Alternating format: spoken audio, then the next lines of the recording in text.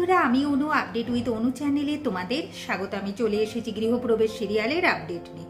গৃহপ্রবেশ সিরিয়ালে তো দেখা যাচ্ছে যে জিনিয়া আমাদের শুভকে ফাঁসাবার প্ল্যান করে ফেলেছে।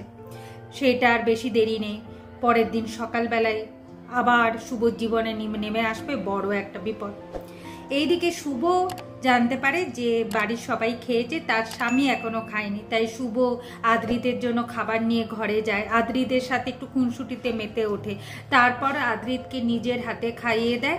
শুধু আদ্রিতকে কেন খাইয়ে দেয়, আদ্রিতও শুভকে খাইয়ে দেয়। আর আদ্রিতকে বলে যে আজকে তো পুজো ভালোভাবে হলো, তবে আমি জানি আমাদের সামনে আরো অনেক বড় বিপদ আসবে। তুমি কিন্তু আমাকে ছেড়ে কোথাও যাবে না আদ্রিত। যতই আমাদের মধ্যে ঝামেলা হোক, তুমি বকবে, কথা শোনাবে, কিন্তু কোনোভাবে আমাকে ছেড়ে যাওয়ার কথা ভাববেই না।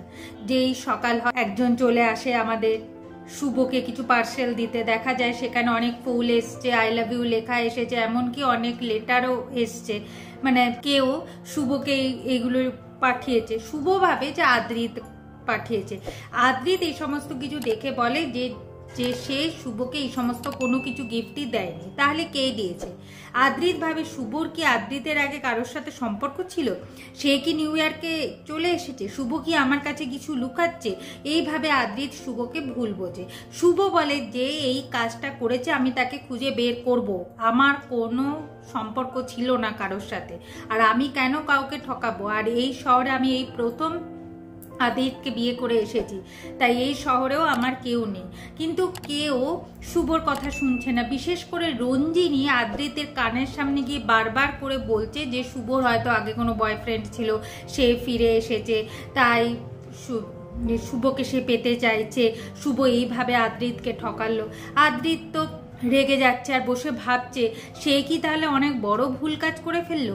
মায়ের কথাটা শুনলেই কি ভালো হতো।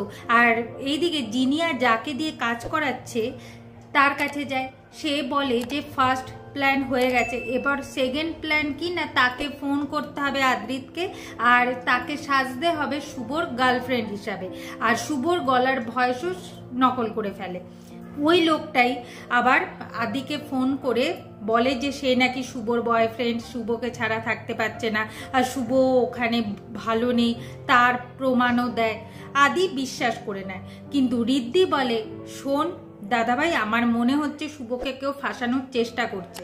ঠিক আছে, ছোটবেলার মতো হেড টেল খেলাটা খেলি, হেড পড়লেই বোঝা যাবে যে শুভকে কেউ ফাঁসানোর চেষ্টা করছে।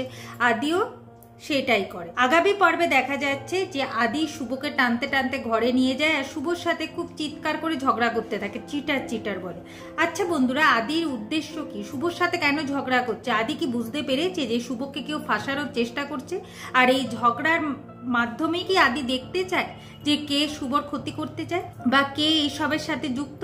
কি হতে চলেছে সেটা দেখতে হলে স্টার জলসা এইচডিতে গৃহপ্রবেশ সিরিয়ালে চোখ রাখতে হবে।